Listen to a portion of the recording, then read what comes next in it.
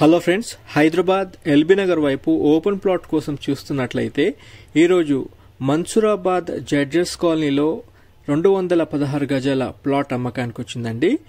కస్టమర్స్కి చిన్న రిక్వెస్ట్ అండి, వీడియోకి లైక్ చేయకుండా వెళ్ళిపోతున్నారు. ఖచ్చితంగా లైక్ ద్వారా సపోర్ట్ చేయండి. మీ ఫ్యామిలీ ఫ్రెండ్స్ కూడా వాట్సాప్ గ్రూప్లో షేర్ చేయండి.